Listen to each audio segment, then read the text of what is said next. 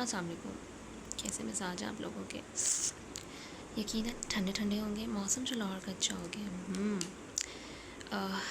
बहरहाल आज का जो हमारा लेक्चर है वो लॉ ऑफ मैथ सेक्शन को लेके। लॉ ऑफ मैथ सेक्शन की मैंने यहाँ पे जो लॉ है उसको दो हिस्सों में डिवाइड किया हुआ है, इसकी डेफिनेशन को।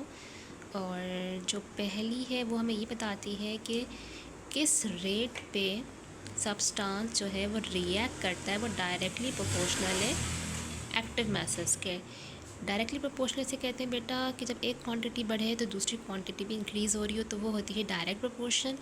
और इस डेफिनेशन के मुताबिक सब्सटेंस का आपस में रिएक्शन डायरेक्टली प्रोपोर्शनल होता है एक्टिव मासेस के, कि जितना तेज़ी से एक्टिव मास रिएक्ट करेंगे, ज़्यादा होंगे, उतनी तेज़ी से आपका रिएक्शन में जो सब्सटेंस है वो आपस में रिएक्ट करेंगे। और दूसरी तरफ है हमारे पास ये दूसरा हिस्सा। दूसरे हिस्से में हमारे पास है कि रेट ऑफ रिएक्शन। लॉ की डेफिनेशन का जो दूसरा हिस्सा है वो ये है कि rate of reaction directly proportional होता है प्रोडक्ट के, किसके प्रोडक्ट के, एक्टिव मैसेस के प्रोडक्ट के ऑफ रिएक्टिंग सब्सटेंस, यानी कि जो आपके सब्सटेंस रिएक्ट करें उनके जो एक्टिव मैसेज हैं उनके प्रोडक्ट के डायरेक्टली प्रोपोर्शनल होते हैं रेट ऑफ रिएक्शन। और आपको पता है कि डायरेक्टली प्रोपोर्शनल को अभी मैंने बताया कि जब एक क्वांटिटी इंक्रीज़ हो रही हो तो दूसरी भी इंक्रीज़ हो रही हो साथ साथ, तो वो होती है हमारी डायरेक्ट प्रोपोर्शन। अब हम आगे बढ़ते हैं इसके इक्विलिब्रियम कांस्टेंट एक्सप्रेशन की तरफ, कि इक्विलिब्रियम कांस्टेंट एक्सप्रेशन हम इन रिएक्शंस का कैसे कैलकुलेट करते हैं।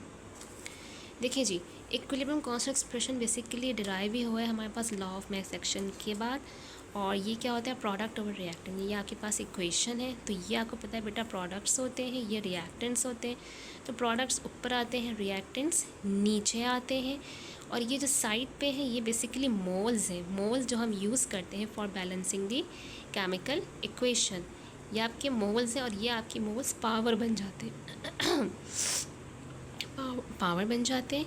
Small small small small, they are all mole. एक जर्नल इक्वेशन है, ये कोई फिक्स इक्वेशन नहीं है, जर्नल है, आमतौर पर एग्जाम्पल के लिए इस्तेमाल की जा रही है।